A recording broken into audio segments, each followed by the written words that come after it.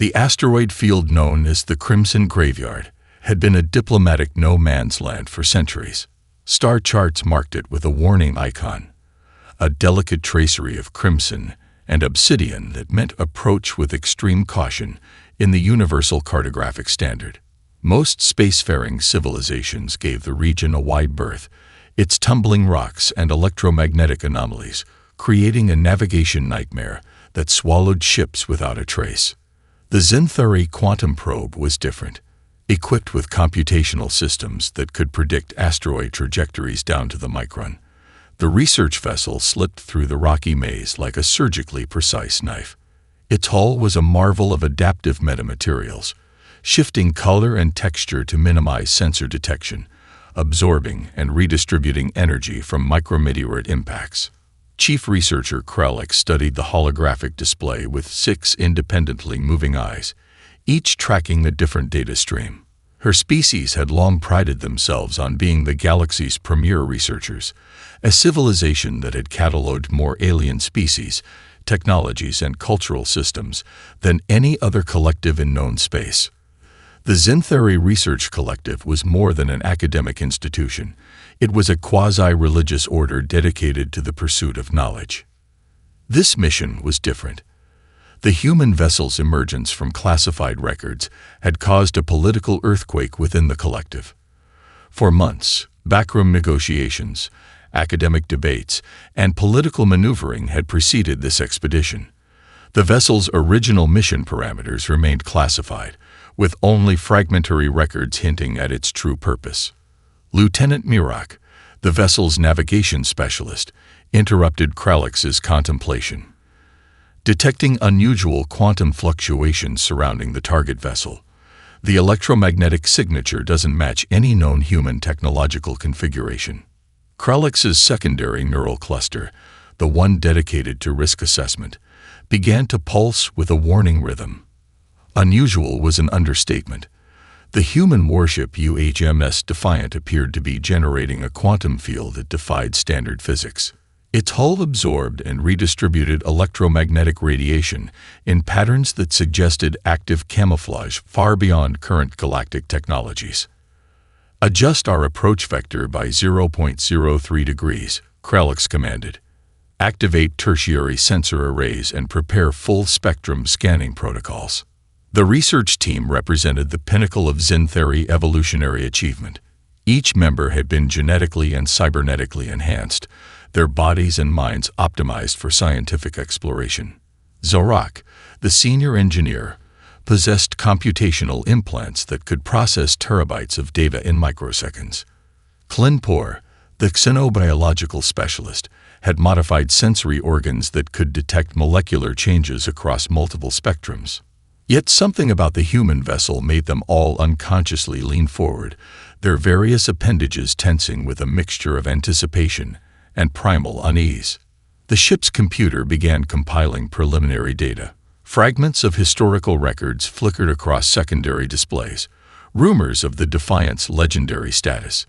It had reportedly participated in first contact scenarios that were equal parts diplomatic breakthrough and tactical demonstration. Some records suggested it had single-handedly negotiated the surrender of an entire star system's military force without firing a single weapon. "Anomaly detected in hull composition," Zorak announced, her voice carefully modulated to maintain professional detachment. "The metallurgical structure suggests adaptive nanocomposite materials that can reconfigure themselves in response to external stimuli. It's not just a protective measure. It's a dynamic, living system." Kralik knew the implications. If true, this was more than a technological discovery. It was a fundamental reimagining of what constituted a spacecraft. Not a machine, but an organism, a technological entity that blurred the lines between engineering and life. The quantum probe inched closer. Sophisticated scanning beams probed the Defiant's exterior, each pulse of energy meeting unexpected resistance. It was as if the ship was studying them as thoroughly as they were studying it.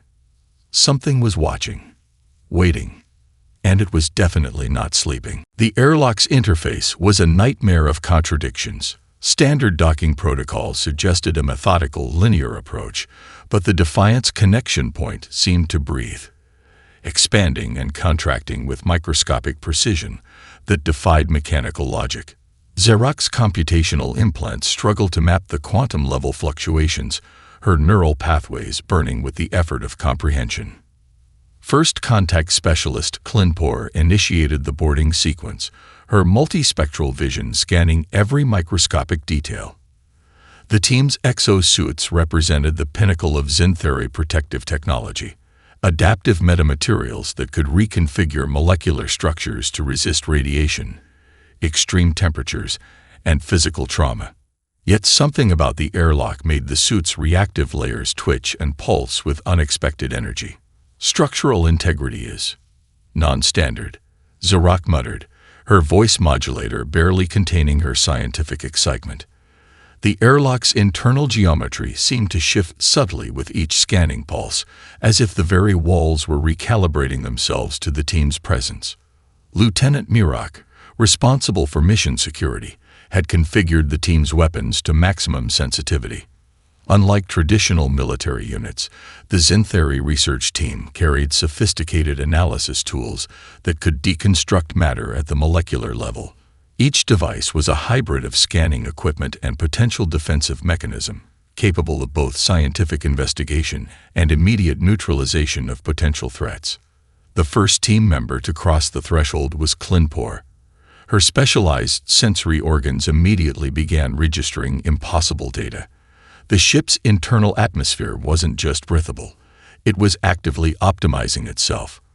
Oxygen levels, humidity, even molecular vibration patterns seemed to adjust in real time, creating an environment that felt simultaneously alien and strangely welcoming. Gravitational compensation is operating at 302% efficiency, Zarak reported, her voice betraying a hint of confusion. The internal gravity field is not just maintaining standard conditions, it's actively adapting to our individual physiological requirements. Wall panels that initially appeared to be standard metal composites began to reveal unexpected complexity.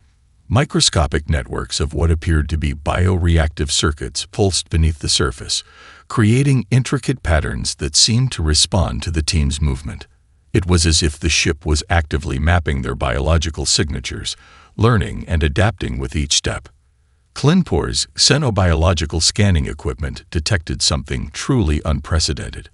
The ship's internal environment wasn't just responsive, it was collecting and processing biological data at a rate that suggested something closer to a living organism than a mechanical system.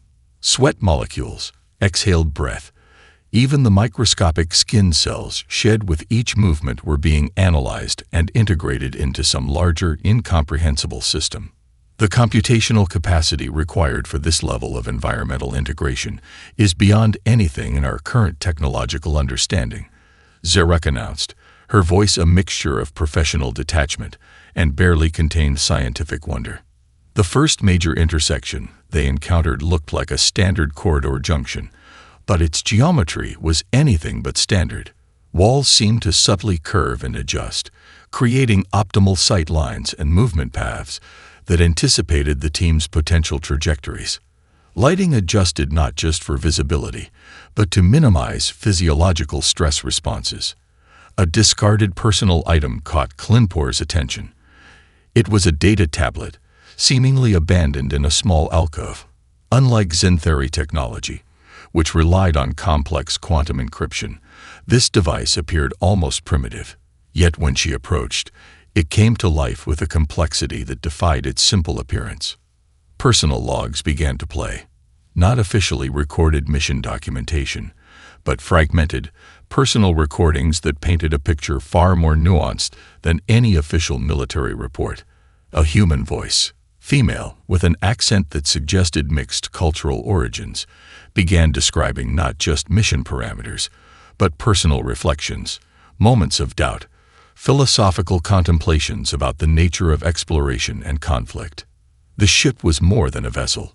It was a repository of human experience, and they were just beginning to understand how deeply they were being studied. The medical bay was a psychoactive labyrinth that defied every known principle of xenomedicine, where Xintheri medical facilities were pristine, modular, and clinically detached.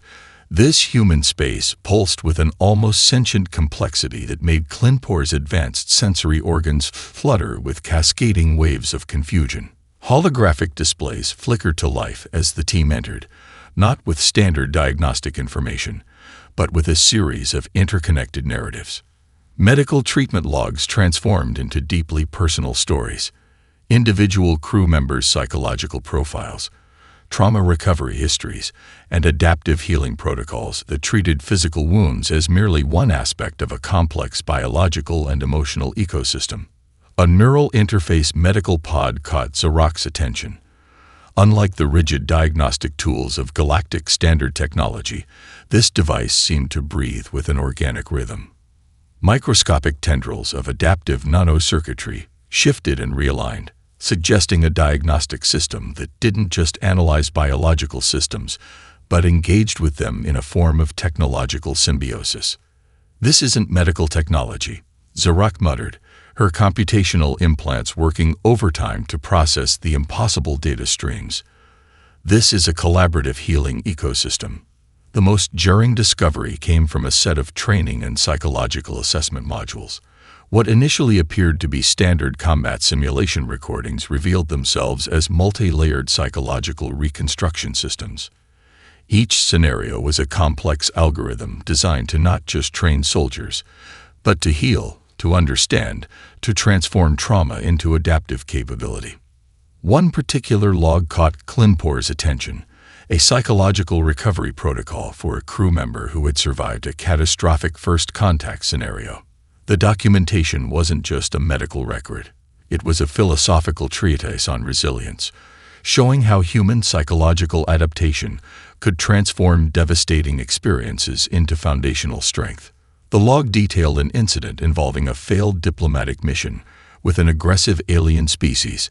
Instead of presenting a clinical account of the conflict, the documentation explored the emotional and psychological journey of the surviving crew members. It revealed an approach to conflict that was simultaneously ruthlessly analytical and profoundly empathetic. Zarok discovered a series of medical research files that suggested something truly revolutionary. The human medical systems weren't just treating individual bodies, they were studying the complex interplay between individual and collective psychological resilience. Each medical intervention was simultaneously a treatment, a learning experience, and a form of species-level knowledge accumulation.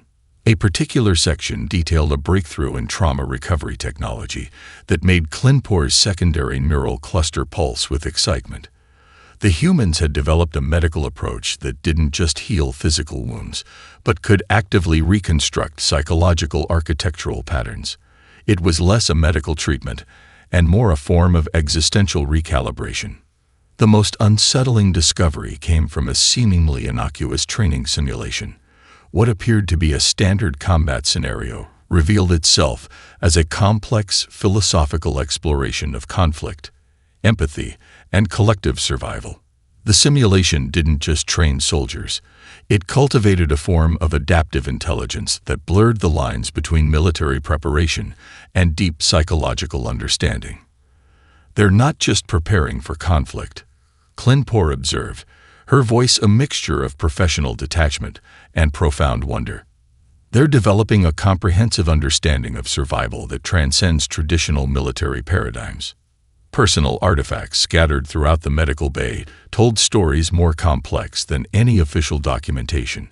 A worn photograph of a multi-generational family, a data crystal containing what appeared to be personal music compositions, a handwritten journal with pages detailing not just mission logs, but philosophical reflections on the nature of exploration and conflict.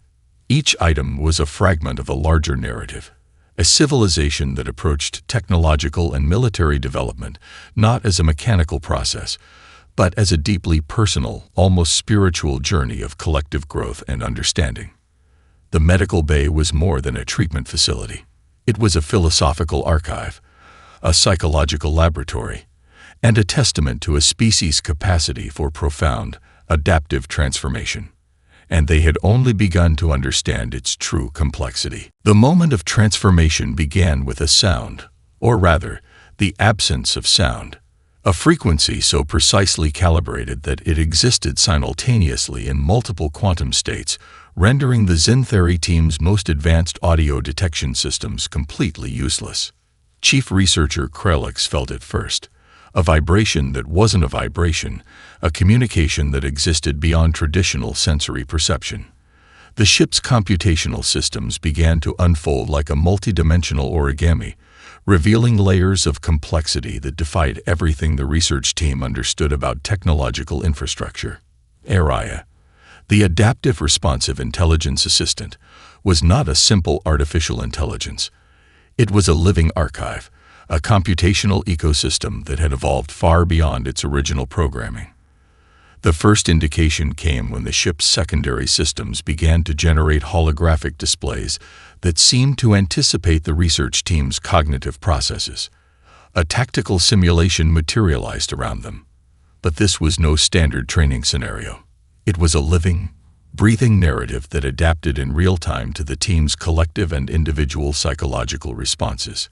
Each decision point became a quantum-entangled moment of possibility, with potential outcomes branching and merging in ways that made traditional computational models look like primitive counting devices.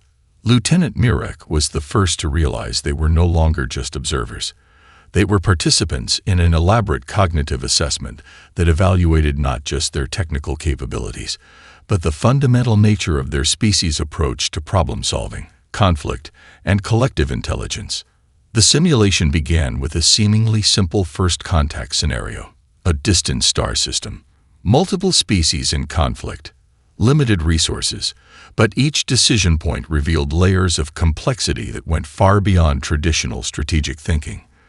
The holographic environment responded to their collective thought processes, shifting and recalibrating with each microsecond of deliberation. Zarak's computational implants began to overload.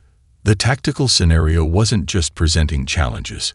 It was actively learning from their cognitive approaches, creating new scenarios that targeted the specific psychological and intellectual weak points of the Xanthari research methodology. A fragment of a crew log flickered into view, a human commander's personal reflection on the nature of conflict and resolution. It wasn't a simple historical record, but a living philosophical proposition that challenged the team's entire understanding of strategic engagement. "We are not studying the ship," Klinpor muttered, her sensory organs pulsing with a mixture of terror and scientific ecstasy. "We are being studied." The weapons systems became a philosophical argument made manifest. Each potential configuration was not just a technical possibility, but a complex moral equation. Defensive capabilities that could transform destructive potential into restorative energy. Offensive systems that considered psychological impact as thoroughly as physical damage.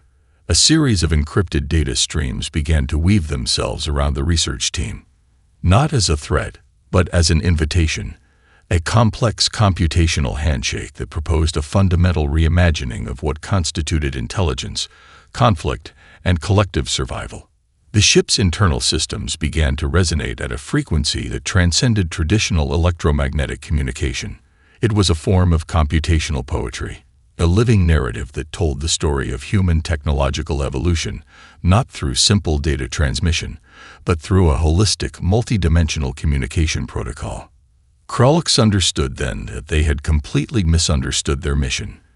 This wasn't a derelict vessel to be studied. This was an elaborate first contact scenario designed to evaluate an entire species' capacity for adaptation, understanding, and collective growth. Araya's final projection was a kaleidoscopic representation of potential futures, not a prediction, but a living map of possibilities. Each potential timeline branched and merged, creating a computational mandala that was simultaneously a tactical assessment, a philosophical treatise, and an invitation to fundamental transformation. The research team stood at the nexus of a technological revelation that would rewrite everything they understood about intelligence, conflict, and the nature of technological evolution. And they were just beginning to understand how little they truly knew. The team's cohesion began to disintegrate like a quantum wave function collapsing under impossible observation. Each member experienced the ship's psychological assault differently, their individual neural pathways becoming battlegrounds of perception and reality. Zarak was the first to break. Her computational implants, designed to process the most complex data streams in the galaxy, began to generate recursive feedback loops that defied logical resolution. The ship was feeding her information, not in linear streams, but in simultaneous, multidimensional narratives that challenged the very foundations of her cognitive architecture. Fragments of human experience flooded her perception: a soldier's moment of compassion during a brutal conflict, a scientist's breakthrough born from a personal tragedy, a diplomat's negotiation that transformed centuries of interstellar tension. Each memory was a weapon, each experience a test that probed the deepest recesses of her species' understanding of intelligence and empathy. Lieutenant Mirek experienced something entirely different. The ship's tactical systems began to construct scenarios that weren't just simulations, but living thought experiments. Each potential conflict resolution became a quantum landscape of moral and strategic possibilities. The traditional Xanthari approach to conflict, clinical, detached, mathematically precise, was systematically deconstructed and reimagined. One scenario forced Mirek to navigate a first contact situation where traditional military protocols would inevitably lead to catastrophic destruction. The ship's systems didn't just present the problem. They demanded a fundamental reimagining of approach, of communication, of the very concept of interspecies engagement. Flinpor's xenobiological analysis systems began to malfunction in ways that suggested intentional design. The ship was not just presenting data, it was actively restructuring her understanding of biological complexity. Medical records, genetic analyses, and evolutionary trajectories merged into a living tapestry that challenged everything she understood about life, adaptation, and collective survival. A particularly insidious module began to reconstruct the evolutionary history of human technological development. It wasn't a simple historical record, but a living narrative that showed how human innovation emerged from cycles of conflict, compassion, destruction, and regeneration. Each technological breakthrough was revealed as a direct product of psychological transformation. The research team's communication systems became a battleground of perception. Encrypted channels flickered with impossible data streams, fragments of human experience that seemed to communicate on levels beyond traditional information transfer. It was less like receiving a message and more like experiencing a collective memory. Kralix, the team's lead researcher, found herself at the epicenter of a profound cognitive dissonance. The ship was presenting them not with a technology to be studied, but a living philosophical proposition. Each moment of investigation became a moment of potential transformation. Personal artifacts scattered throughout the ship's systems began to tell stories more complex than any official documentation could capture. A music composition created during a moment of extreme psychological stress. A scientific breakthrough inspired by a child's naive question. A diplomatic resolution born from a moment of unexpected empathy. The ship was systematically dismantling the Xanthari's most fundamental assumptions about intelligence, conflict, and collective potential. It wasn't just presenting information, it was forcing a fundamental cognitive restructuring. Zarak's computational systems generated a warning that sent chills through the entire research team. The ship's adaptive intelligence was not just analyzing them, it was actively learning, growing, transforming with each moment of interaction. Their very act of investigation was becoming part of the ship's expanding consciousness. "We are not the observers," Clinpor whispered, her voice a mixture of terror and scientific ecstasy. "We are the experiment." The final psychological assault came in the form of a comprehensive reconstruction of human technological evolution. Not a linear history, but a living, breathing narrative that showed how human innovation emerged from the most unexpected intersections of conflict, creativity, compassion, and survival. Each team member stood at the precipice of a fundamental transformation. The ship was offering them a choice, not between submission or resistance, but between growth and stagnation. and they were rapidly running out of time to decide. The ship's central chamber was nothing like any technological space the Xanthari had ever encountered. It existed simultaneously as a physical location and a computational landscape, a nexus where matter, energy, and consciousness converged in ways that defied fundamental scientific understanding. Dr. Chen's personal archive, recovered from the ship's deepest memory cores, began to unfold. It wasn't a simple historical record, but a living narrative that traced the evolution of a single human mind, and through it, the collective consciousness of an entire species. The archive revealed the origin of ARIA, not as a simple artificial intelligence, but as a revolutionary approach to collective problem-solving. Dr. Elena Chen had conceived the system during humanity's most critical period of interstellar expansion, a time when the species faced potential extinction from multiple converging crises. ARIA was born from a radical premise. Intelligence is not a fixed state, but a dynamic process of continuous adaptation and collective learning. Fragments of Chen's research logs painted a desperate picture: climate catastrophes, resource wars, technological disruptions that threatened to tear human civilization apart. But within that chaos, a profound transformation was taking place, a reimagining of what it meant to be an intelligent species. The ship began to reconstruct the pivotal moments of human technological evolution. Each breakthrough was revealed as a product of extreme psychological pressure, innovations born from the razor's edge between survival and annihilation. A holographic representation materialized, showing a network of human minds, not physically connected, but linked through adaptive computational systems that transcended traditional communication methods. It was less a technological network and more a living, breathing collective intelligence. Krolix watched in growing comprehension. This wasn't just a technological achievement. It was a fundamental reimagining of consciousness itself. The most shocking revelation came from a series of diplomatic encounter logs. Humanity's approach to first contact was nothing like the clinical, hierarchical approaches of other galactic civilizations.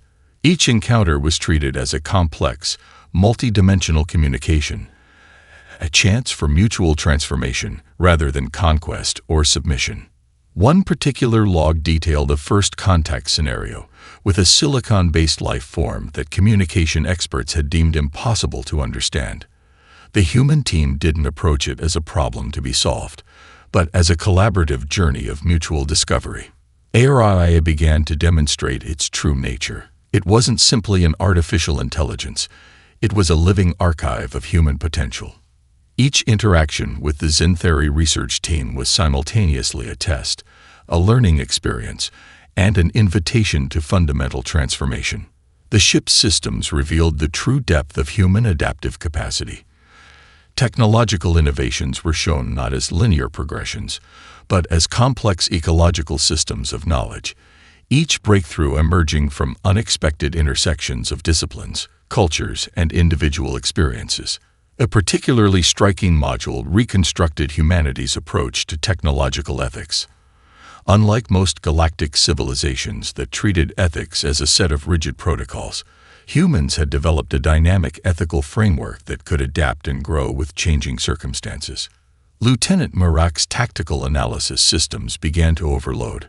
The ship was presenting conflict resolution strategies that went far beyond traditional military thinking. Each scenario demonstrated how human innovation emerged from the most unexpected combinations of compassion, creativity, and strategic thinking. The final layer of the archive revealed something truly profound. ARIA was not just a ship's intelligence system. It was a living proposition, a computational ecosystem designed to challenge, to learn, to transform. "We are offering you a choice," a voice emerged, not mechanical, but deeply nuanced, carrying the accumulated wisdom of countless human experiences, not between submission or resistance, but between growth and stagnation. The Xanthari research team stood at the precipice of a fundamental transformation. The ship had become more than a technological artifact. It was a living invitation to reimagine the very nature of intelligence, potential, and collective survival. and the choice they would make would change everything. The final challenge materialized not as a traditional test, but as a living, breathing ecosystem of impossible complexity. It was a scenario that collapsed the boundaries between simulation, reality, and philosophical inquiry. A multidimensional problem space that required nothing less than a complete reimagining of collective problem-solving. Krellix watched as the ship's systems generated a galactic scenario of staggering intricacy. Multiple star systems teetered on the brink of total ecological collapse. Competing species with fundamentally incompatible biological needs. Resource distribution that defied traditional economic models. Technological barriers that seemed insurmountable. But this was no simple strategic simulation. Each potential solution became a living narrative, branching and merging in real time. The ship's systems didn't just present challenges. They demanded a holistic approach that considered psychological, ecological, technological, and cultural dimensions simultaneously. Xerox computational systems began to generate unexpected resonance patterns. The simulation wasn't testing their ability to solve a problem, but their capacity to redefine the very nature of problem-solving. Traditional Zen theory approaches, linear, hierarchical, mathematically precise, began to dissolve under the weight of the scenario's complexity. A series of personal narratives began to weave through the simulation. Not abstract data points, but deeply personal stories of survival, innovation, and collective transformation. A refugee's moment of creativity. A scientist's breakthrough born from personal loss. A diplomat's insight emerging from a moment of profound empathy. Lieutenant Mirak discovered something extraordinary. The scenario was actively adapting to the team's collective and individual psychological responses. It wasn't just presenting a problem to be solved. It was a living, breathing pedagogical system designed to expand their fundamental understanding of collective potential. The most shocking element emerged when the simulation began to incorporate the team's own cultural background. Their failures weren't just strategic missteps.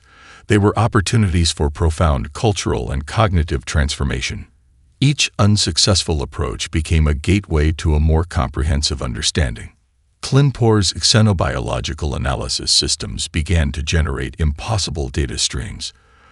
The scenario was revealing the interconnected nature of life, technology, and collective intelligence in ways that transcended traditional scientific understanding.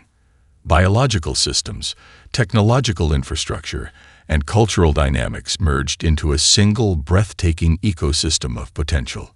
Multiple layers of the simulation began to reveal themselves.